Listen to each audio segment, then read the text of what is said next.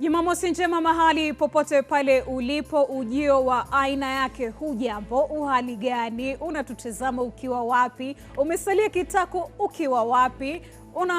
Furukushana nasi mpenzi mtazamaji, pia vile vile ukiwa nasi. Shukrani sana kwa siku zote kuchagua runinga ya Ebro TV na dau la Gumzo Weekendi kuweza kufanikisha na hata kuambatana nasi tukujuze tu baadhi ya yale tunayoyachangamkia kila siku ya Jumamosi.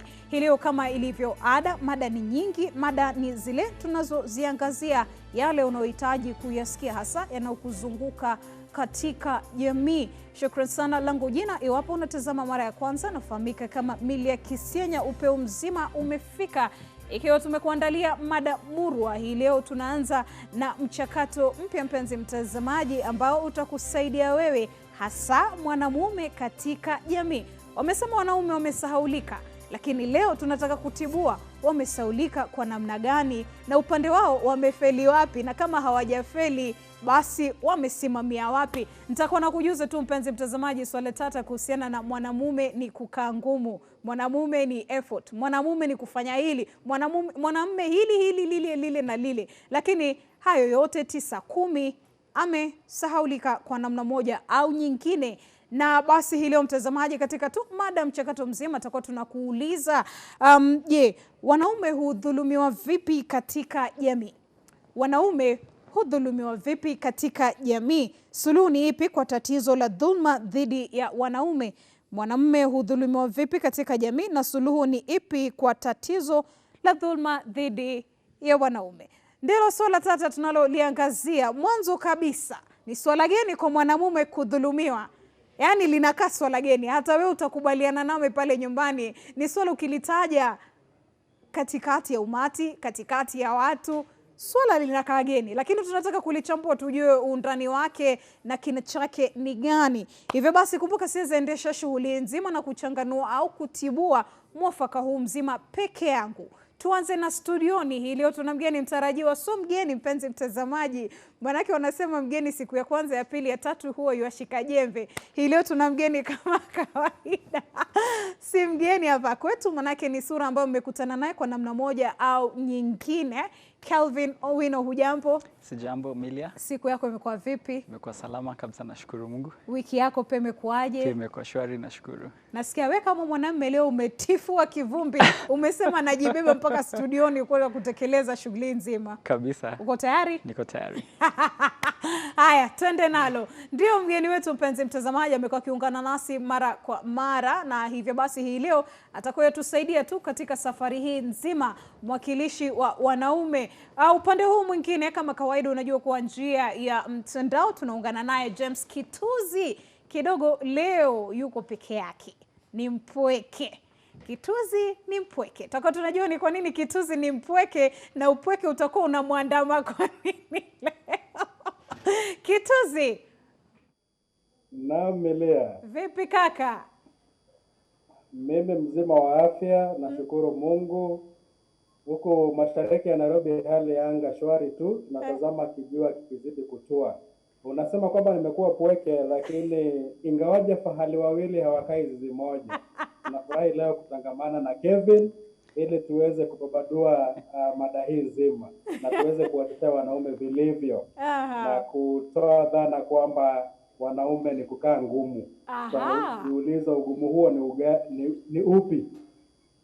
Habari ndio hiyo, shukrani sana. Kwa nini tunasema Kituzi ni mpweke mpenzi mtazamaji? Tumemzoea sana Fatma Wanjiku, japo kwa leo hata uungana nasi kwa sababu moja au nyingine, ila wiki ijayo atakuwa ambatana nasi kama ilivyo ada. Kwa hivyo hii leo wanaume hawa wawili wana fursa ya kila aina yake kuweza kutujuza, kututibulia yale yanayowaandama. Manake anapokuwa Fatma, unajua wakati wote huwa yakonyeza, anawamwagia peupe. Lakini wacha tusikie hii leo wana yepi ya kusema kuhusiana na suala hili zima la dhulma dhidi ya wanaume. Kuna suala moja kabisa limeweza kujitokeza kwa wengi wanaoweza kulitaja huku nje, ni kwa siku zote mwanamume huwa yuahesabika kukaa ngumu. Hapaswi kuzungumza. Tamaduni yataka mwanamume awe namna hii. Siku zote mwanamume ameanikwa hivi, yeye ndo kichwa. Kwa hivyo anapoonyesha ule ulegevu fulani kwa mambo fulani au mengine, basi anakosa kuwa na ule uelekevu wa yeye kuwa kichwa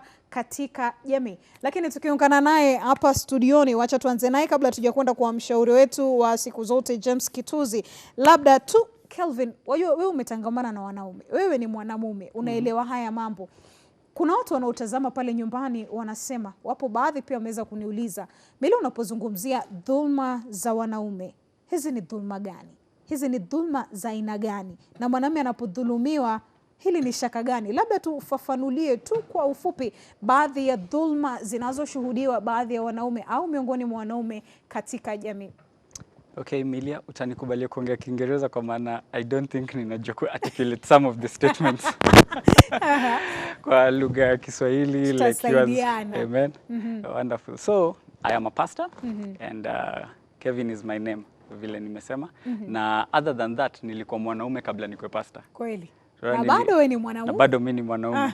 So, hata nikiwa maybe at some point I hand over the things that I do, the identity inabaki as a man. Na nobody chooses whether anazaliwa kukua a man or a woman, right? But the character or the potential of every person inakuwa revealed in a social setting. Hiyo ni kitu ambayo we have to know. Yeah, everybody's character na vile amedevelop is revealed in a social setting because essentially human beings ni creatures wa jamii. We are social creatures, yeah? So there is also a preparation ambayo inaenda into making a man into who he is supposed to be. And many times it doesn't happen by accident. Doesn't happen by accident. So ukikuta mahali ambapo kuna abuse, it's always because number one, the identity of a man is not recognized, and two, the purpose of a man is also not known. Hizo vitu mbili zikiwa hazieleweki, society doesn't know what to put into a man so that they can have an expectation of what the man should become in the future. Yeah, because every boy, hidden within every boy is a man. Hidden within every little girl is a woman. Yeah, and what kind of a person they become depends on what is fed into them. Yeah, so ukikuta pale ambapo their identity is neglected and their social well-being is neglected, hapo ndipo unaanza kukuta abuse, because abuse actually refers to the misuse of anything that is outside of its purpose. Ni kama kujaribu kutumia jembe kama kijiko kukula. You know, huwezi sharpen kijiko kwa sababu kijiko itakata mtu ulimi. If you attempt to eat using a sharpened spoon, it will harm you, yeah? Hiyo ni kazi ya kisu, and you will never use a knife to put anything in your mouth unless you want to butcher yourself. Yeah? So it's the same thing also with life and men. Men are created and designed to fill specific dockets in the social human network. Yeah? And if they are not prepared, if society haielewi what really a man is supposed to be, then a man cannot be prepared to be a man. Yeah. Habari ndo hiyo. Na labda kwa ufupi tu kabla tujeruka kwake Kituzi. Sasa hizi dhulma, umezungumzia vizuri ule undani wa mwanamume, mpenzi mtazamaji, kuweza kujulikana. Mwanamume kama hajaweza kuwasilishwa vyema katika jamii, basi maana yake au uhalisia wake hautafahamika vyema. Baadhi tu za dhulma kwa kifupi. Ndipo kama mtu hajaelewa mwanamume ni nani, so zile dhulma anazopitia katika jamii ni kama gani hasa? The major ones ni expectations on men ambazo are stereotypical, they are not real. For example, before we were on set, I had someone say that mwanaume ni bidii ama mwanaume ni juhudi, right? That is the general mentality that people have on men. Yeah? But you see, a man is still a man, whether he has a job, whether he doesn't have a job, he is still a man.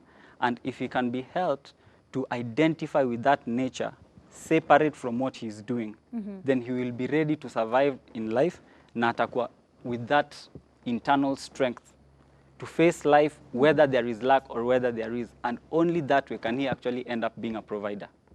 Naona. So one of the limitations ambazo mwanaume amewekelewa is expectations that are stereotypical. Also, we also have emotional limitations.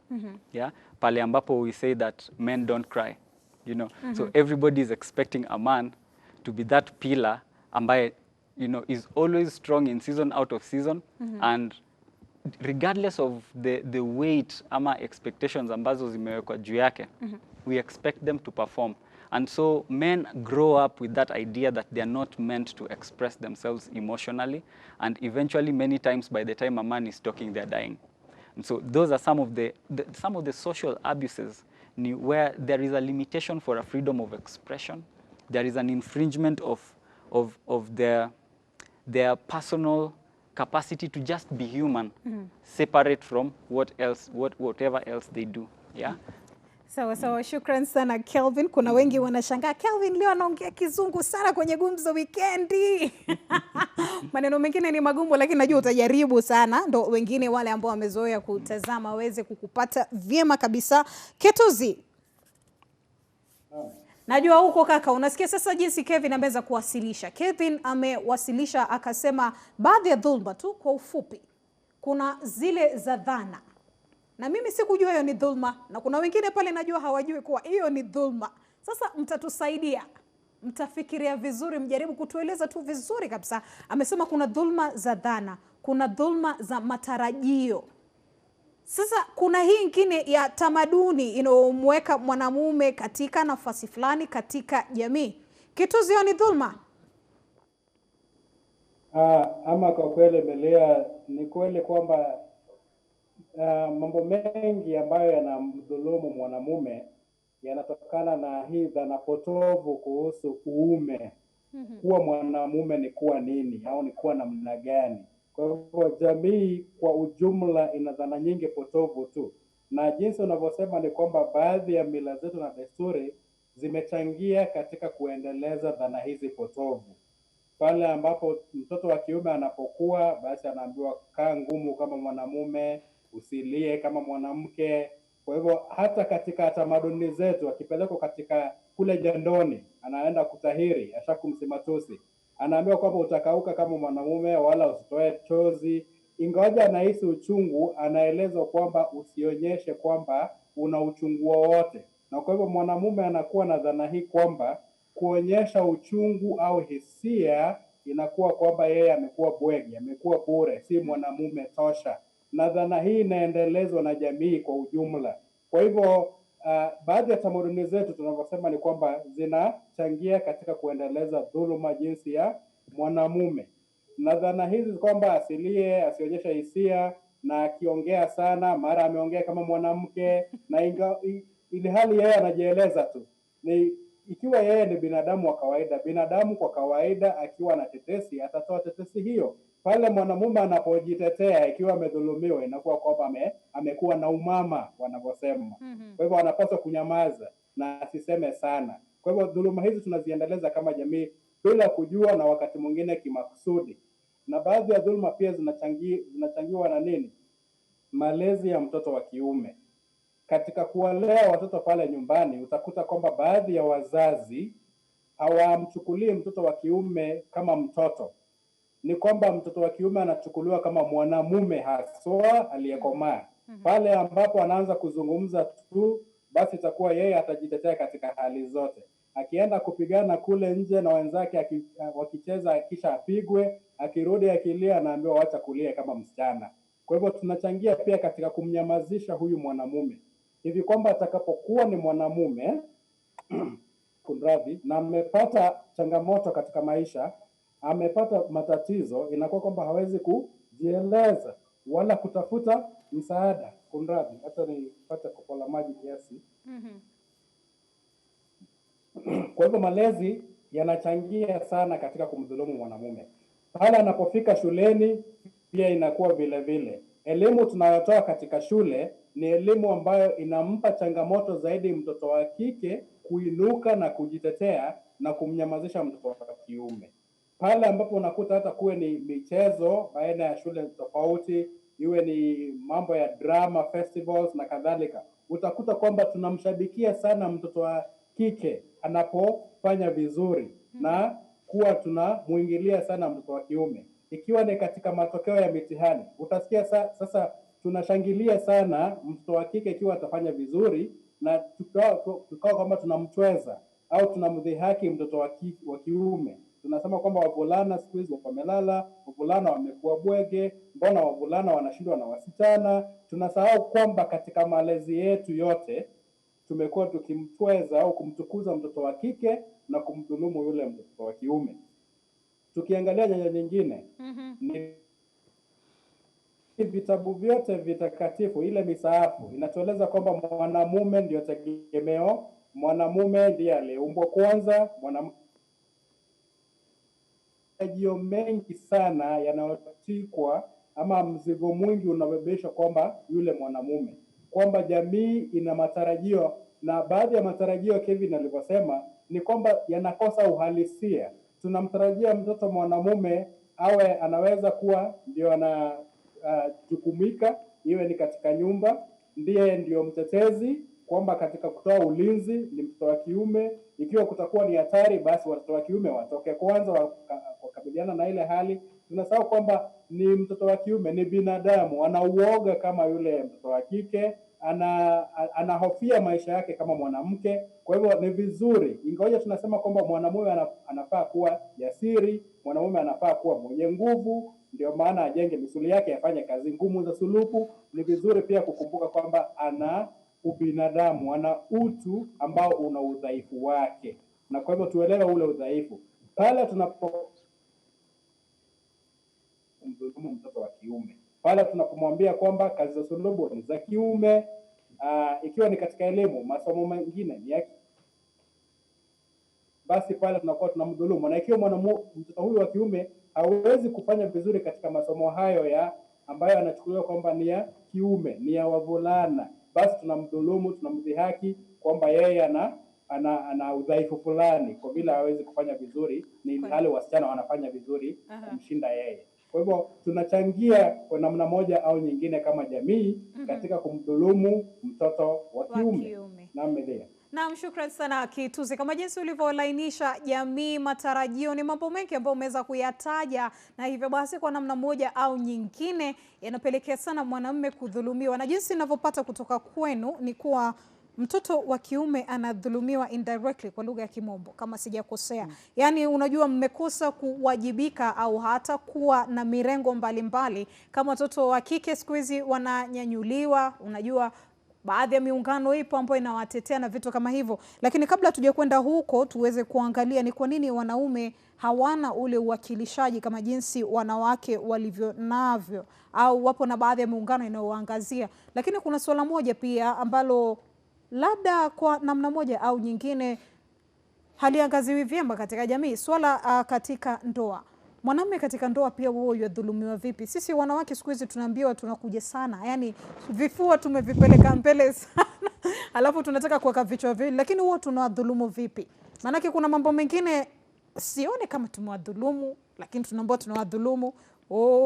Kidogo kazi unapata pesa nyingi kumliko, umemdhulumu. Tueleze. So Milia, I will say this,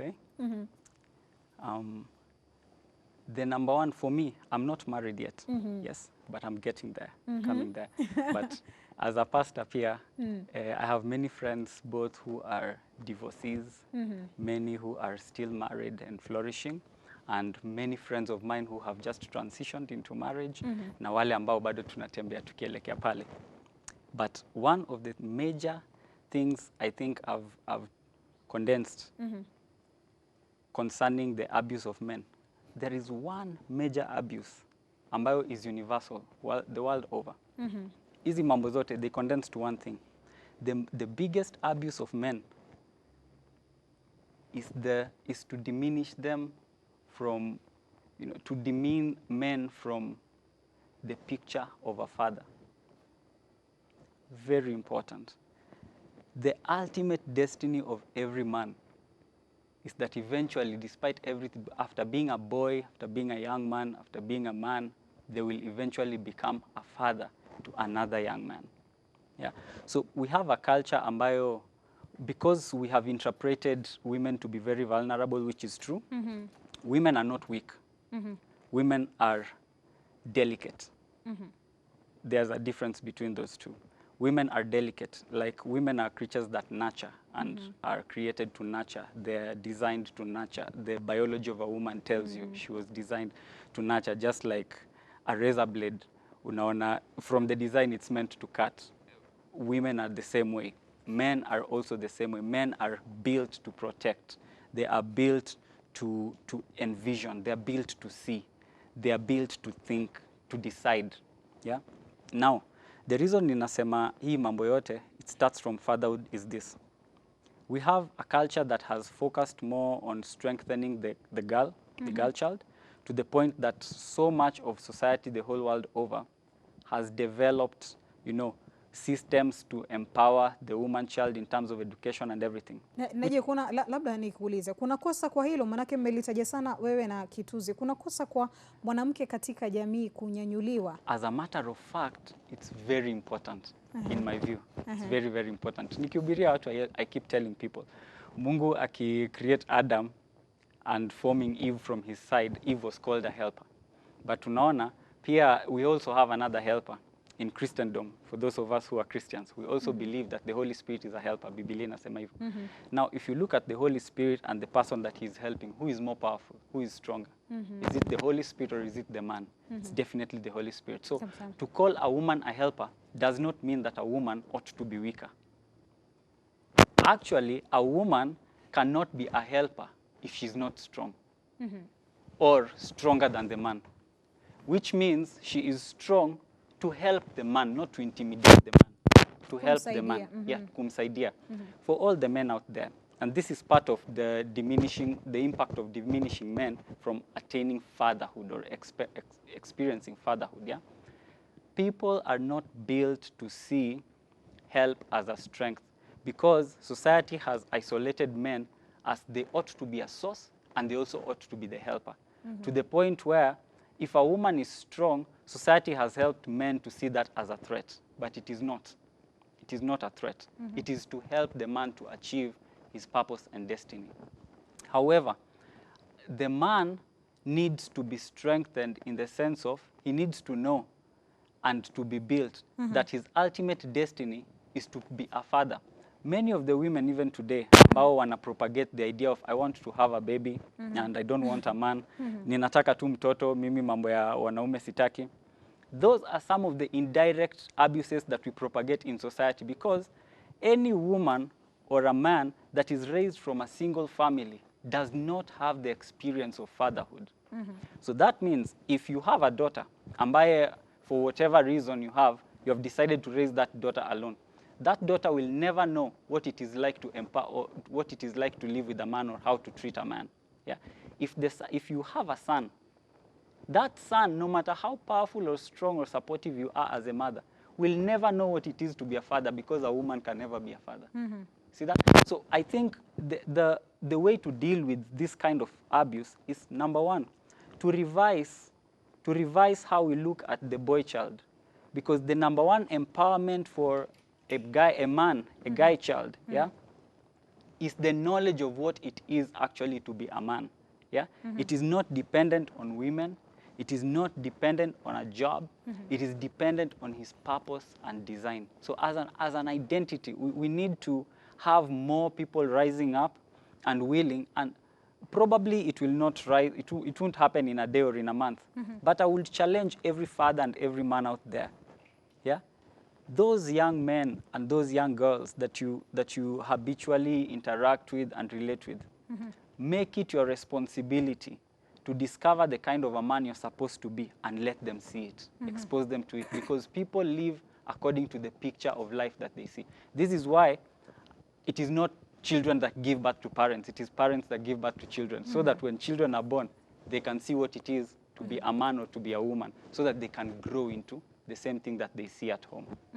Yes. So katika jamii, katika ndoa, wanawake kwa namna moja kama jinsi ulivyosema, wale ambao hawafuati mikakati ulioweza kuitaja kumwangazia au kumwona huyu mwanamume kama jinsi unavyosema, mara nyingi mwanamke humdhulumu vipi huyu mwanamume katika nafasi ya ndoa au katika ndoa? Ukiwa mwanamke ambaye you've been empowered, you've had the privilege of education and those kind of things, yeah? The place of abuse will only come through your mentality, the way you look at the man. Yes. Hata kumwangalia tu peke yake. The way you, sio kumwangalia kwa macho, as in the perception, the idea you have of this man. Yeah? A man is not a man because they earn more than you. If that were true, the divorce cases ambazo tuko nazo today of people that are high and mighty in society will not happen. There are many divorce cases ambazo have been there where the wrangles are because of, you know, so-and-so has this, so-and-so has that, and so now that we are parting ways, we have to have a 50%. If it were true that the true identity of a man is based on whether they're earning more money than yourself, or whether they're building a house, or whether they're doing more projects than their peers, then we will not have the kind of social crisis we are having today. Yeah. So one of the things we have got to change.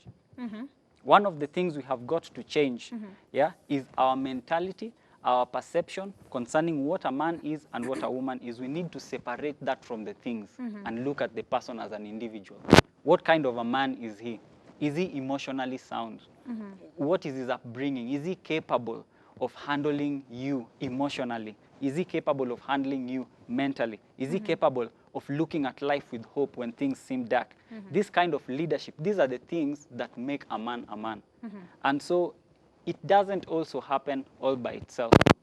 Najua, if you're not trained on how to look at a man as a woman, you will not be able to handle a man appropriately. I always say that right knowledge doesn't come by mistake. It doesn't come by mistake. It comes intentionally. So I would say that women need to improve in their perception, and there are many books and a lot of materials out there that will help you to understand this man, because let me finish with this. The other day, Milia, nilikuwa nikiongea na one of my friends, yeah, and I was counseling them. And I brought up a question, because sometimes when relationships fail, when marriages fail because of, you know, maybe the man lost his job. I've witnessed this, a man losing his job, and his wife is now earning more than he was. Kweli. But before, there was peace when the woman didn't have a job and the man was providing everything. This is something I witnessed personally. I will not mention names because they haven't granted me the permission. Yeah. So soon after the situation changed, the marriage did not last, and they had a child. The marriage did not last. You see, I always say this. Say, Milia, to say, hypothetically, you are 30 years old, and you're getting married to, hypothetically, a man of 30 or 32 years of age. Yeah? So when you are being brought up, you are conscious of your life, you had to have been about 10 years of age. Sindio? Ndio uanze kusema, I know this is right, this is wrong. So we subtract that from the 30, you have 20. And we subtract that 10 from the man, and you have 22. Yeah? Now, if you get married today, you have brought under one roof 42 years of individual experience. 42. How are you going to reconcile that in one day? Now, unaona, many times we get into relationships and we assume that because you are in love, that will work out the upbringing that neither of you knows about each other. Yeah? Kama saizi, you are definitely a very beautiful person. I'm sure you get a lot of comments. I see it on Facebook.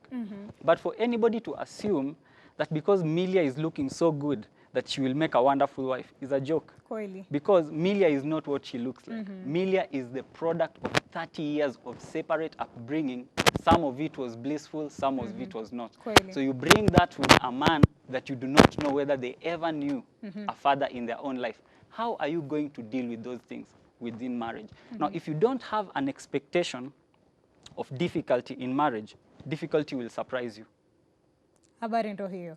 Na shukrani sana, tutaliachia tu hapo. Tukirejea tutakuwa tunaungana naye pia Kituzi yule upande mwingine. Tusimsahau, tuzidi kuchanganua swala hili, mpenzi mtazamaji, tunaloliangazia swala la dhulma za kijinsia miongoni mwa wanaume. Mengi sana hayajatajwa ni yale ya mikono au bangome au nini, mengi ni ya akili. Kwa hivyo tutakuwa tunaungana naye Kituzi, tutakuwa tunachimbua kutoka kwake atujuze sisi wanawake tumekosea wapi. Kelvin amejaribu kutunakulia, kwa hivyo zaidi ni baada ya mapumziko haya. Usibanduke. Na shukrani sana mpenzi mtazamaji kwa kuungana nasi tena. Mada hapa ni moto, mchakato hapa ni moto. Kwa hivyo tutasaidiana hatua moja baada nyingine, lakini niruhusuni niweze kusoma baadhi ya maoni yenu ambao mmeweza kuwasilisha mpenzi mtazamaji katika mitandao yetu husika. Nitasoma tu kidogo manake zimefurika nyingi kabisa. August Wanyama Anasema Milia, that is a scam. Kumbuka unatupata katika mitandao yetu husika, nimesahau kusema,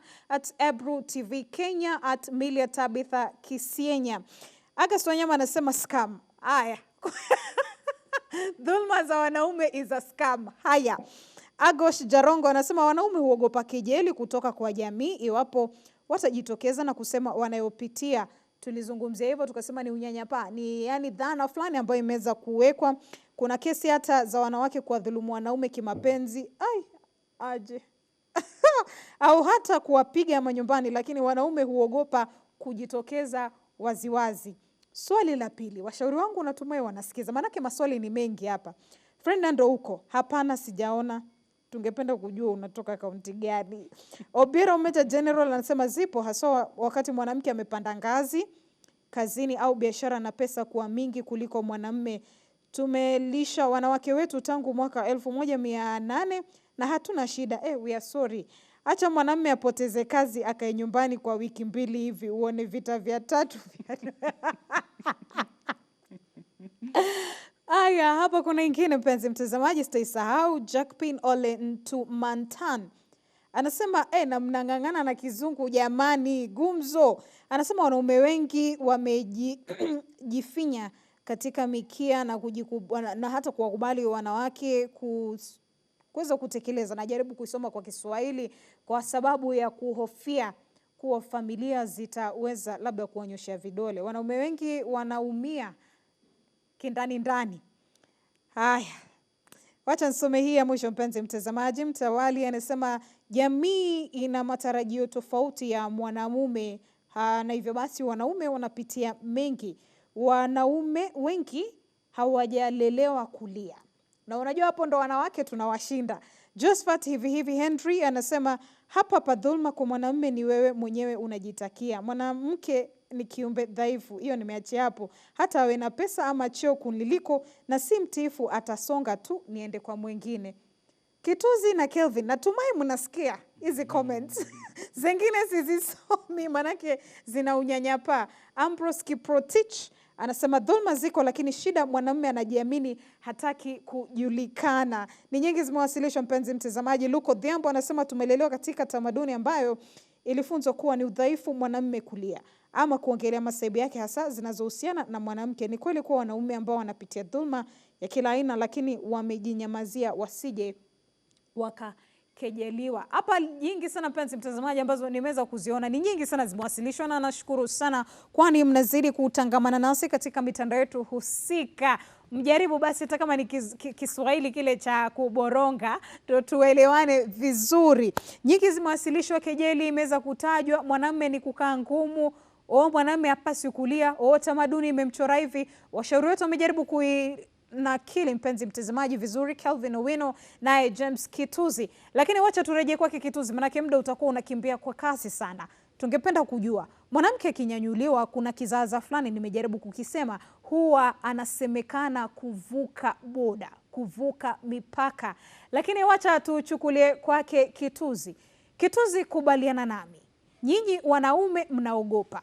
Wanaume mnaogopa. Mwanamke kinyanyuliwa mnaogopa. Alafu mnatumia dhulma, mnaanza kusema sifa.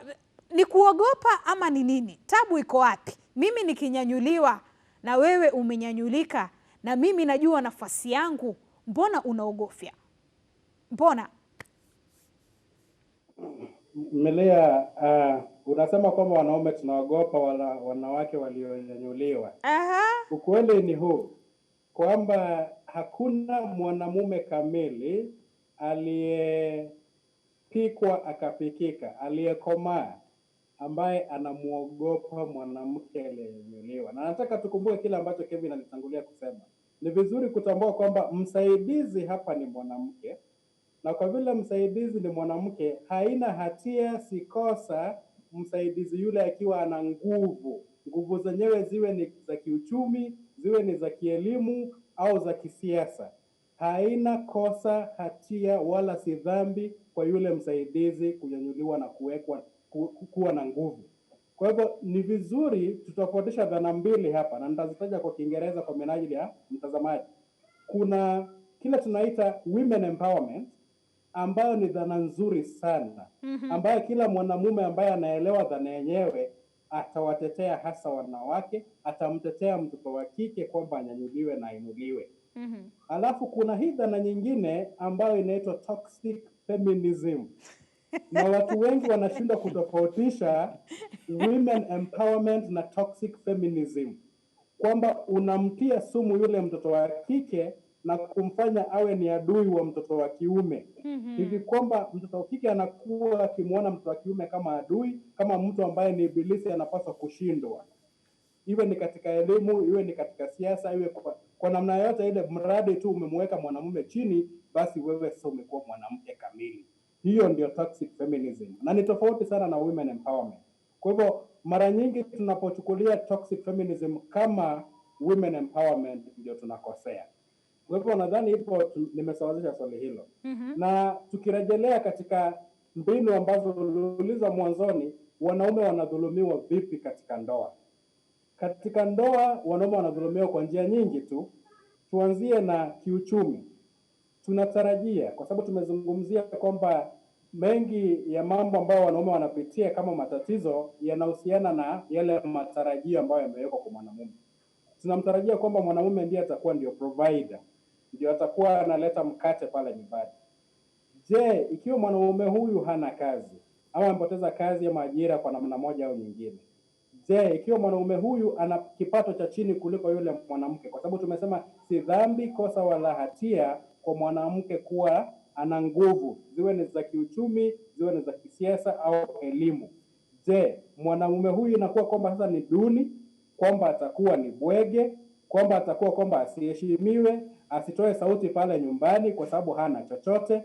Mwanamke ndiye amelipa rent, mke ndiye amesomesha watoto ama analipa karo ya watoto, basi inakuwa kwamba mwanamume hata hana sauti katika kuchagua watoto watasomea katika shule ipi, ama wataishi katika mtaa gani au mtaa upi, kwa sababu yule mwanamke ndiye ataamua kwamba mimi nataka tuishi huku, hata ikiwa itakuwa ni kwamba ndio mbali zaidi kwa sehemu ya yule mwanaume kufanya kazi au sehemu yake ya kupata ajira ama kipato chake cha kila siku. Utakuta mwanamke anaamua kwamba wataishi mtaa fulani kwa sababu yeye ndiye analipa rent, na mwanaume akijaribu kutoa hisia zake, mimi naonelea tuishi huku kwa sababu ndio karibu na kule ninakoenda na pia kuna fare ambayo nafaa kulipa, utakuta kama mwanaume yule hatasikizwa.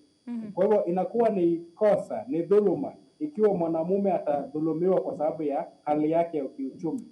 Na ni vizuri pia tukumbuke kwamba hakuna hali inayodumu milele. Kweli. Kituzi, katika kipindi hiki cha COVID-19 kuna wanaume wengi tu ambao wamepoteza ajira, na ikiwa wote watafungua roho wa kuelezea yale wanayopitia katika nyumba, mileo utashangaa sana. Kituzi, wanaume wakidhulumiwa kiuchumi. Kituzi moja tu kabisa.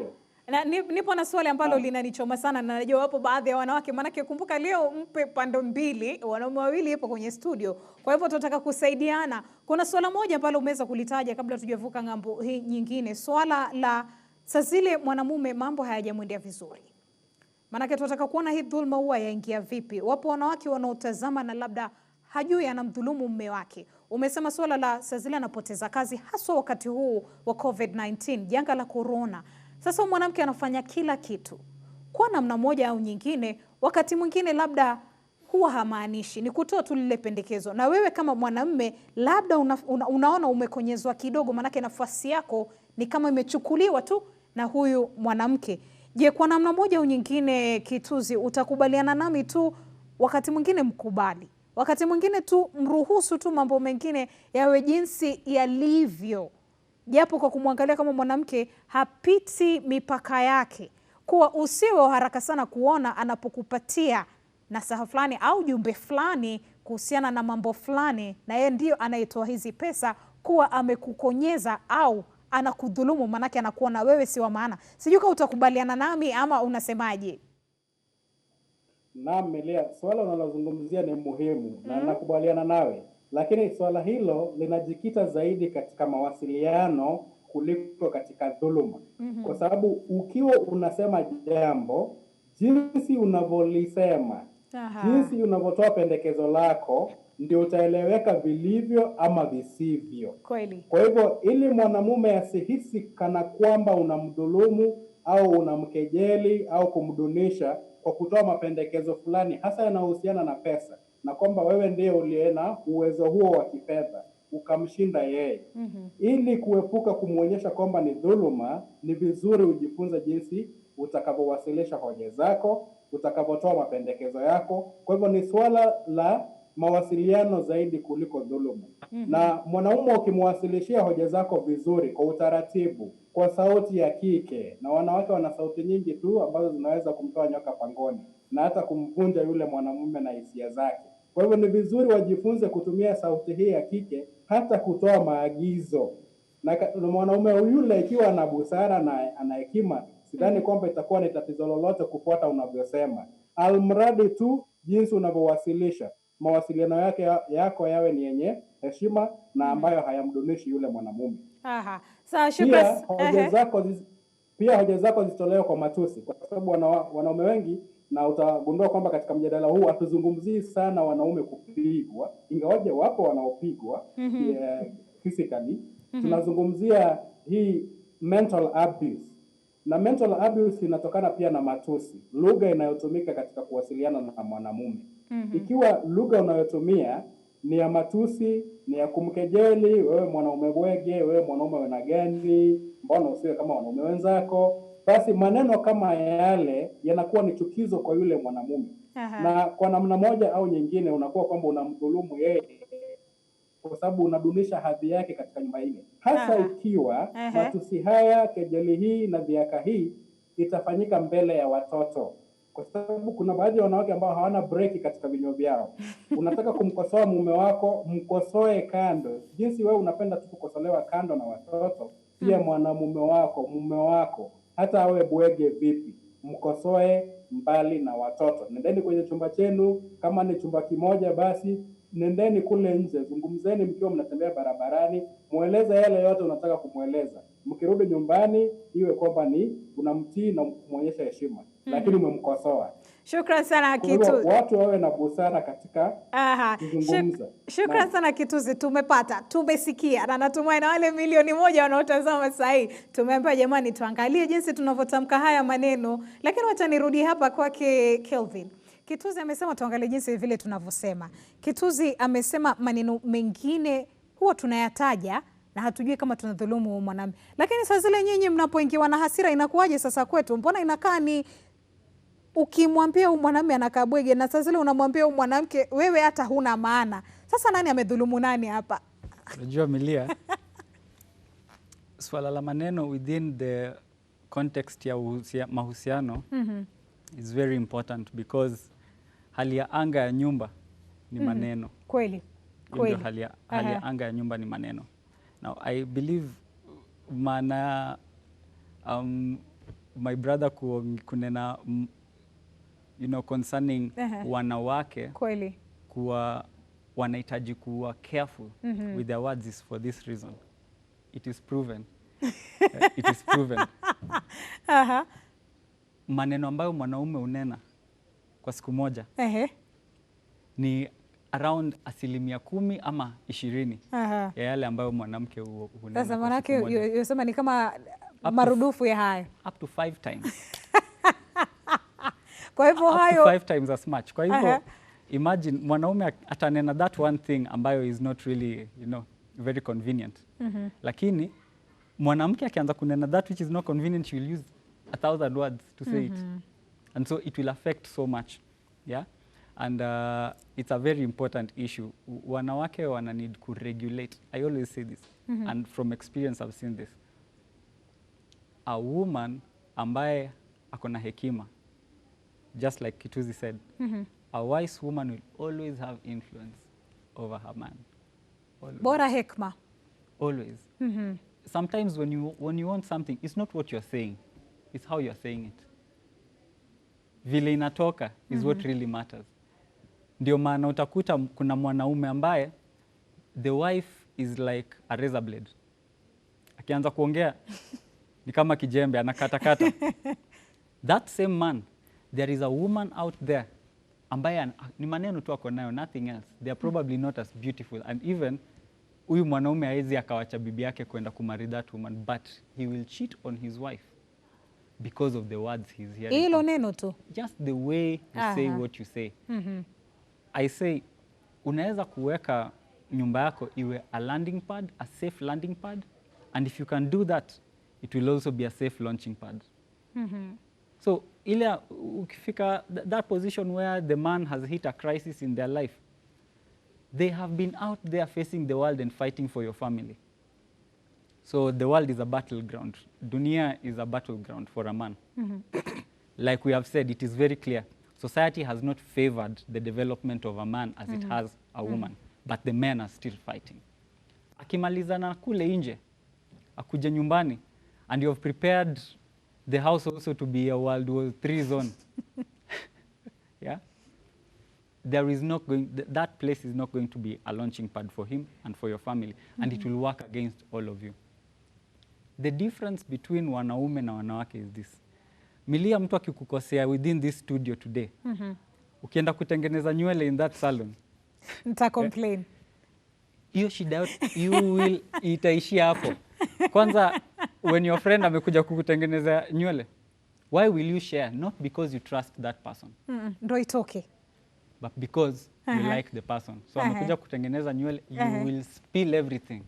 Akifanya tu one thing that makes you happy, you will spill all your stresses. But men are not like that.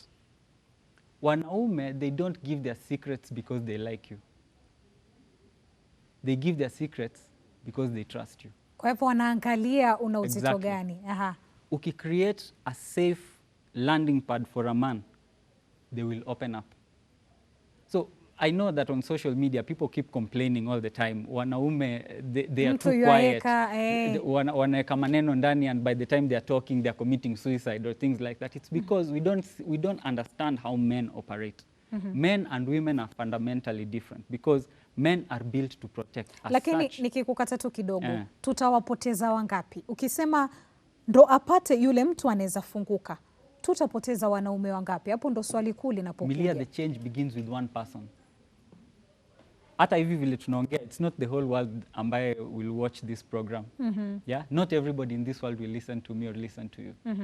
But if I, Kevin, can choose to understand how men operate, and I try to mentor and father another person, another man, yeah?